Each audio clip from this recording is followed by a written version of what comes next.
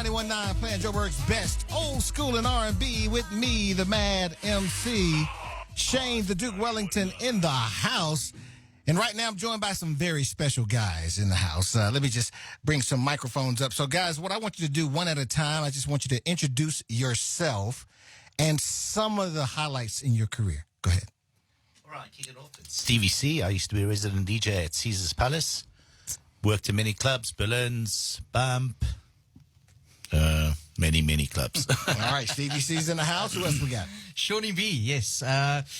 Approximately 147 clubs to date. Very, very proud of that fact. But yeah, been around and still loving it. Still want to carry on until I can't do it anymore. All right, that's Shawnee B in the house. And who else we got? We got Mickey Pereira in the house. And yeah, I've also been around quite a bit. In clubs, also private parties and stuff, and also all types of events and stuff. So yeah, also as long as we can last. So I got three legends in the house, guys. So in a way, this is kind of like a DJ masterclass. You know what I'm saying? Oh yes. And I like the names too. It's like Mickey P, Shawnee B, and Stevie C. In the place to be. In the place to be. And now, you cannot beat that, man. Now, guys, you guys are here for a very, very special reason, right? Yeah. It's a big event happening on Freedom Day, and it's going to be called the Flashback to the 90s Party, featuring Dr. Alban as well as Haddaway. What excites you most about that event when you look forward to it? I'm looking forward to playing the good old music, the tracks from the 80s and the 90s, but more importantly, meeting Dr. Alban and Haddaway. They were really, really big artists in the day. Yeah, I'm just looking forward to celebrating with everybody. Yeah. All right. How about you, Shawnee? Absolutely. It was the era that I got really into clubs, the early 90s, and that music is going to resonate with everybody that comes there. Also, an opportunity to meet the artists that we play. I can't tell you how many times between the three of us we've played Dr. Alban and Haddaway in our sets. Wow. All right. How about you, Mickey? What you looking forward to? I am absolutely looking forward to meeting Dr. Alban in person. And also Haddaway. Don't get him. I mean, he's also a massive legend for me as well. And yeah, just playing the good old 90s music, letting everybody getting down to the real good old music. The real good old music. Yeah, the real good old days music. Well, guys, I got so many questions to ask you. Will you stick around for a while? Of course. 100%. All right. It is Jody on the weekend party with Love Is All Around. Hot 91.9, playing Joburg's best old school and R&B. And still in the studio with me, I got three legends of the DJing industry, guys. Once again, introduce yourselves to the people. Stevie C out here. Shorty B. And Mickey P. Now, guys, I want to find out. I mean, I feel like this is a DJ masterclass, right?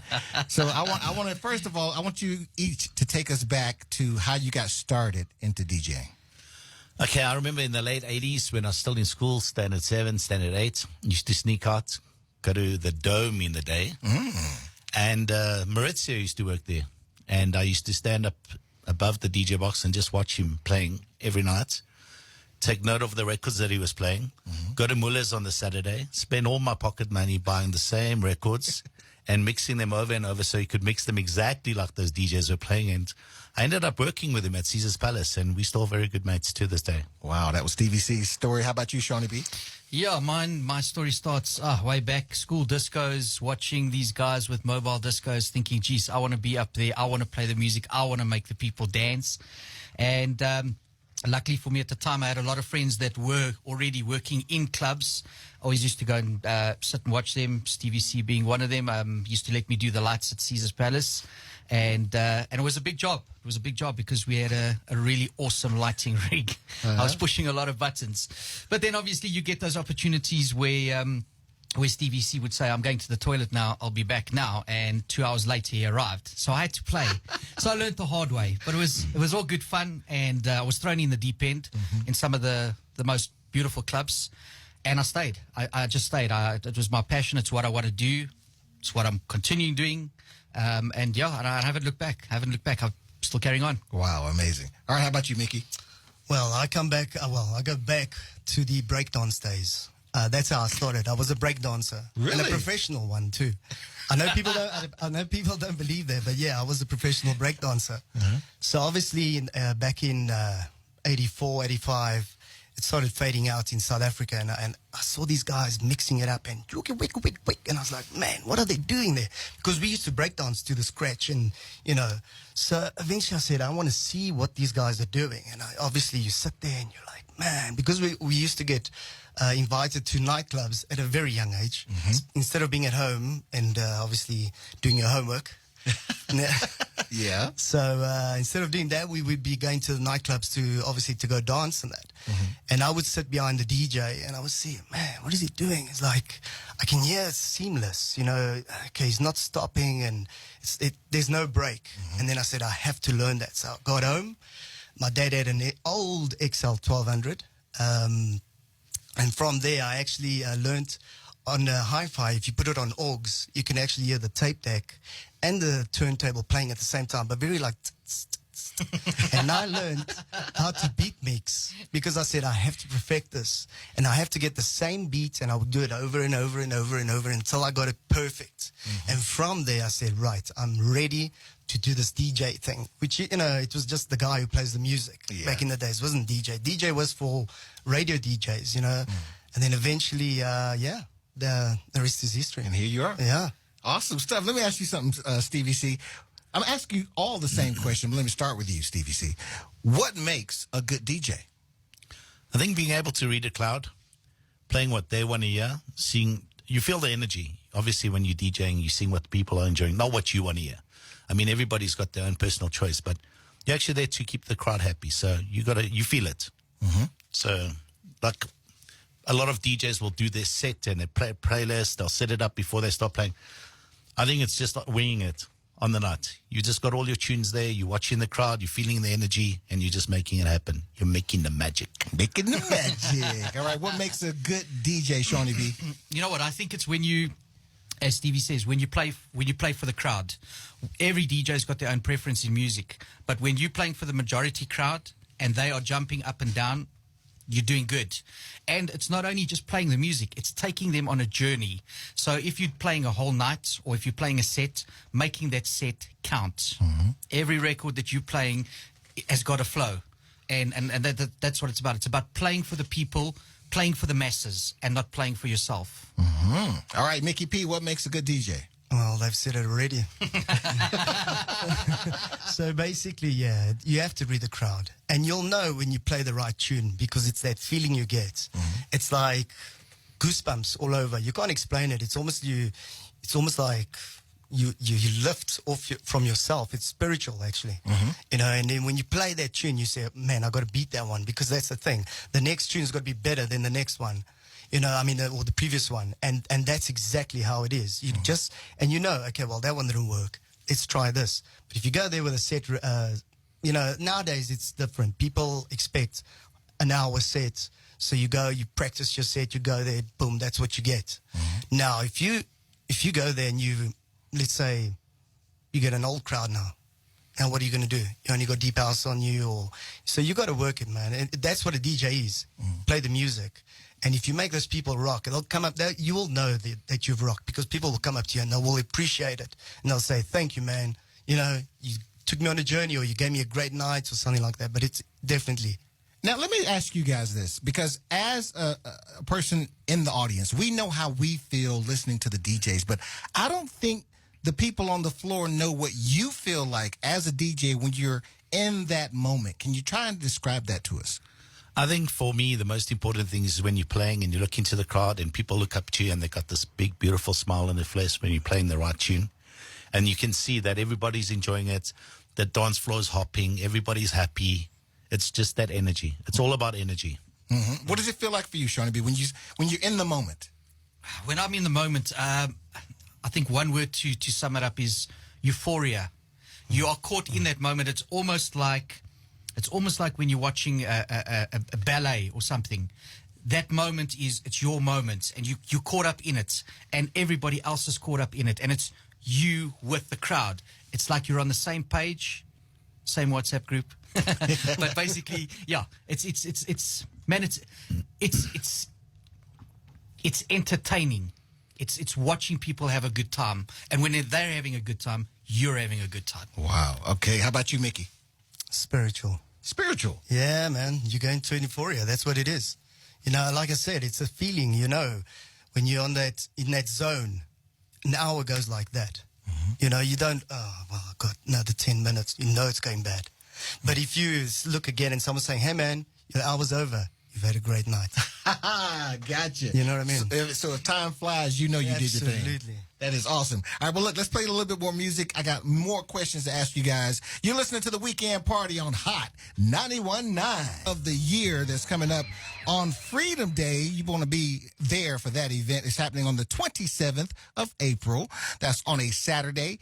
It is the flashback to the 90s Freedom Day concert party. It's going to be happening, boy. We're going to be there. I got my man Stevie C's in the house. I got Shawnee B. I got Mickey P. Guys, what's up? All good in the hood. All good in the hood? Good evening. This is like a master class of DJs, a DJ master class, if you will. Learning a lot from the guys. Guys, this is a 90s party, right? Now, I was here in South Africa in the 90s, all right? I arrived January of 1992. I came for 3 weeks, and I just stayed, all right? Wow. It's been like that. But I remember partying in Johannesburg in the 90s. I remember going to places in Braamfontein and Rosebank. I want you guys to tell me what it was like for you as the DJs in the 90s in Joburg. Well, Shane, the 90s were definitely the years for clubbing. Yeah. We used to party Tuesday night, Wednesday night, Thursday night, Friday night, Saturday night, Sunday night. So the breakdown would be Berlin's, Black Orchid on a Tuesday night, Wednesday, Caesar's Palace, Ladies' Night. That was the only place to be. Thursdays, it was Q's, Masquerades, Dukes, Bella Napoli. Friday was Bella Napoli, Caesar's, Masquerades. Which other clubs, guys? Top Club. Top Club, White Horse Inn. I remember Chillers. Yeah, Chillers. There was Chillers, yeah. many clubs. And it was great because as DJs, we all used to go visit each other at different clubs. So one DJ would work a Thursday night, which was a good night. We all go have a little DJ reunion, mix together. It was great. We were all friends. We all used...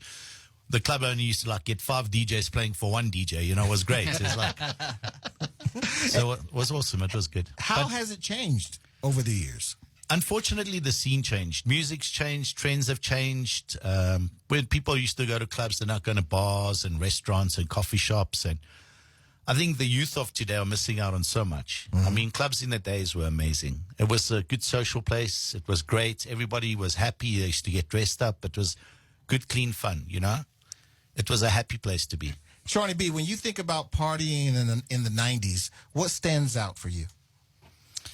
Sure. There's so many things that stands out I mean, everything from the type of clubs that we had, the people, the vibe. There was such an amazing vibe in the clubs.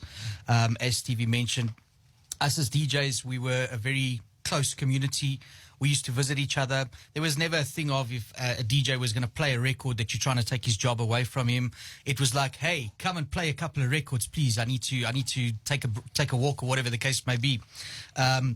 We spent all our money on records back in the day before CDs came out, and it was that sense of, especially if you were a resident DJ at a venue, you were regarded as important. You were the guy or one of the guys that looked after that venue, and we were proud at what we did. I mean, we made people dance every single week. So for me, I would have to say combination of the type of venues, the DJs, the people, the music, all of that made that big recipe. All right, Mickey, what do you remember about partying in the 90s?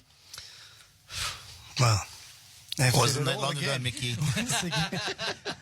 You know, I just remember the days when, you know, the queues outside a nightclub. You don't get that anymore. You don't even get a nightclub. But, you know, back in the days, you knew what club was popular.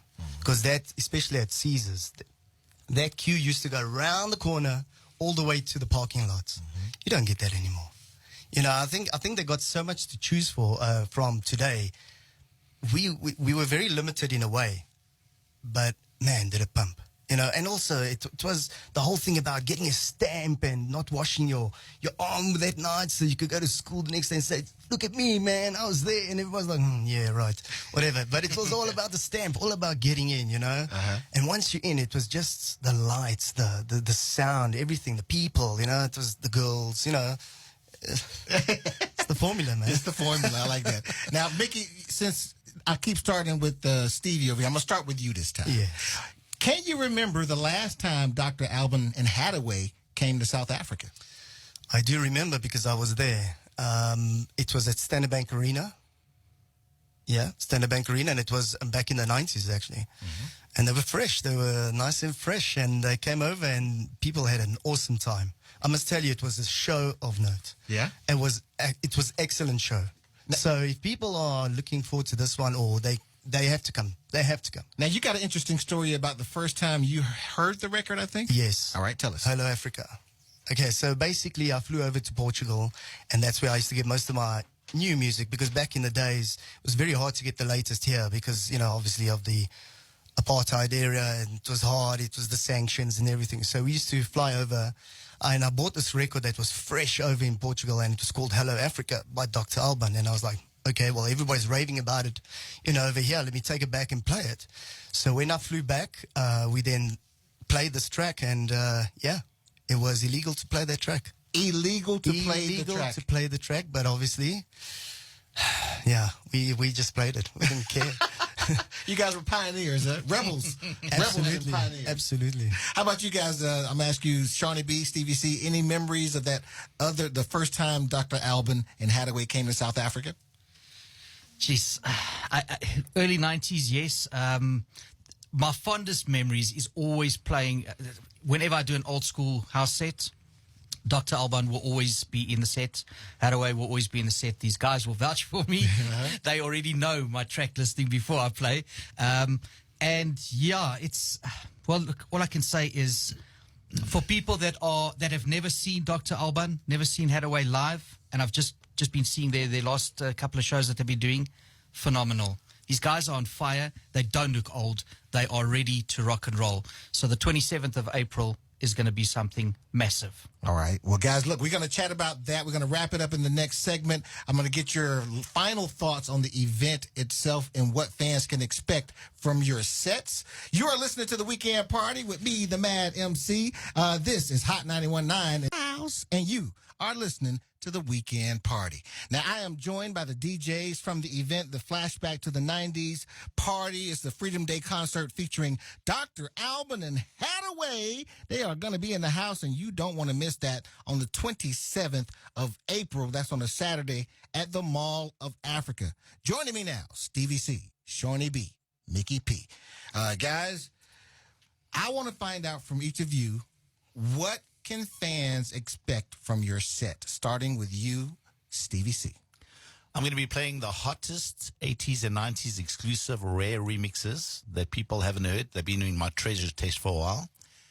So it's going to be a steaming set. I think between the three of us, there's going to be some serious tunes playing that night. Serious. All right, how about you, Shawnee? Oh, absolutely. Look, you can expect the hits and a lot of sing-alongs.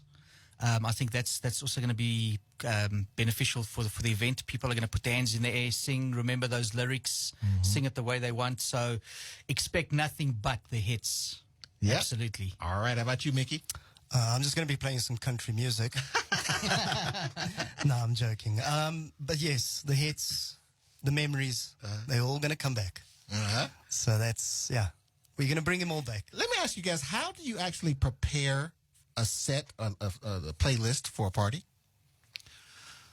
I don't think any of us prepare. We're the old school DJs. We just come prepared. Really, you don't decide beforehand, I want to have these tracks or to play that stuff? No, I think, we'll have 80s, 90s party stuff, a bit of new stuff, deep house, tech, rock, alternative.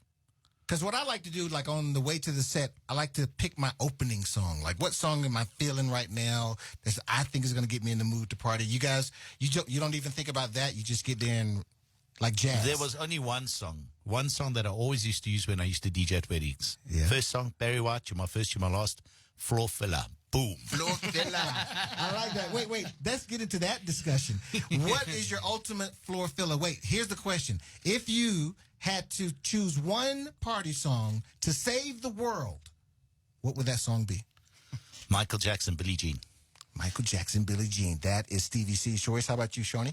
Tough decision. Obviously, I think it's one of most people's favorites. But toss up between Robin's "Show Me Love," which I think will never die. It's been played, it's been killed, but it's still one of those classic house songs. And Nightcrawler's "Push the Feeling On." Wow. It's just one of those songs that's, like I say, euphoria. You feel it. All right, Mickey. Technotronic, Pump Up the Jam. Pump up the jam. And Snap, Rhythm is a Dancer. Okay. Classic 90s Hands tunes, too, down. huh? Oh, yeah. That is awesome, man. All right, so guys, what kind of person would you say is your target audience for your set? What person is going to, like when they're driving home, what are they going to be thinking and feeling, that person? 35 to 45, Depeche Mode. 35 to 45, Depeche Mode. Shawnee. If you were in clubs between 1992 and upwards, then I'm going to be playing for you. All right, Mickey? Ditto. Many words. There's always that guy. You know, what can I say? I mean, if you've been partying, well, late 80s, early 90s, even the 2000s, even 2019, you're allowed. You're allowed to come. All right. Well, look, this is your final appeal to the listener. First of all, I want you to have this opportunity to thank your fans throughout the years that have supported you, but I also want you to make a final appeal to have them come out to the party. Starting with you, Mickey. Guys, don't be shy. You're going to have a great time here.